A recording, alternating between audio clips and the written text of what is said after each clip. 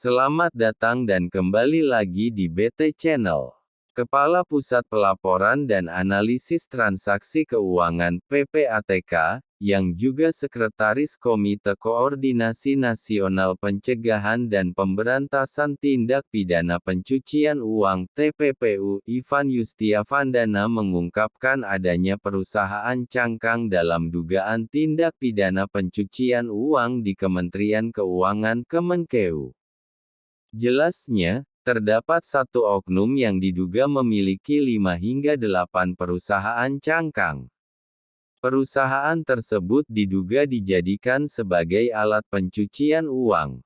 Dalam daftar listnya itu selain oknum, kami sampaikan juga banyak perusahaan. Misalnya oknumnya 1, tapi perusahaannya 5, 7, 8, dan seterusnya, ujar Ivan dalam rapat dengar pendapat umum RDPU, dengan Komisi 3 DPR, Rabu, tanggal 29 Maret tahun 2023.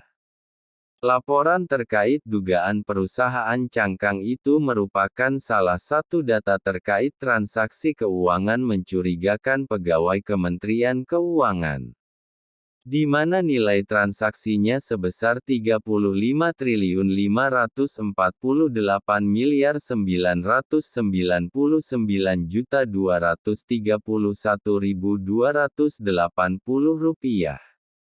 Transaksi tersebut melibatkan 461 entitas dari aparatur sipil negara ASN Kemenkeu, 11 entitas dari ASN Kementerian, lembaga lain, dan 294 entitas berasal dari non-ASN. Karena modus pelaku TPPU itu kan selalu kita bicara, TPPU kan bicara prosikrime, orang yang melakukan tindak pidana selalu melakukan tangan orang lain, bukan diri dia sendiri, ujar Ivan.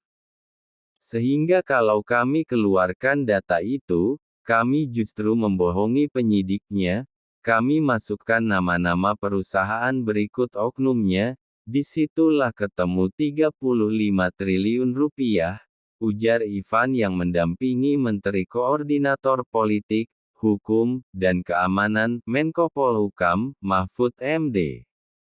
Ketua Komite Koordinasi Nasional Pencegahan dan Pemberantasan TPPU Mahfud menyampaikan, Menteri Keuangan, Menkeu, Sri Mulyani menyampaikan data yang salah kepada Komisi Si DPR terkait transaksi mencurigakan sebesar Rp394 triliun. Jelasnya, hal tersebut bukan dikarenakan Sri Mulyani yang ingin menipu DPR. Kesimpulan saya, Bu Sri Mulyani tidak punya akses terhadap laporan-laporan ini.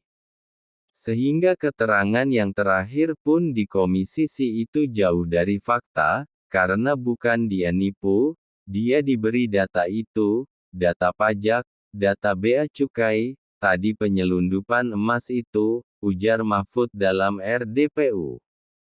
Ia tidak tahu siapa yang bohong, tapi itu faktanya, sambungnya menegaskan.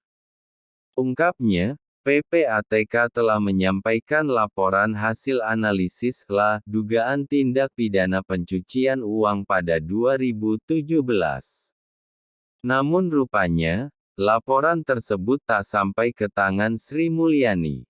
Laporan itu diberikan tahun 2017, oleh PPATK, bukan tahun 2020. Tahun 2017 diberikan tidak pakai surat, tapi diserahkan oleh Ketua PPATK langsung kepada Kementerian Keuangan yang diwakili Dirjen Bea Cukai, Irjen Kementerian Keuangan, dan 2 orang lainnya, ujar Mahfud. Bagaimana menurut Sobat BT semua tentang hal ini? Silahkan berikan komentar dan sarannya, terima kasih.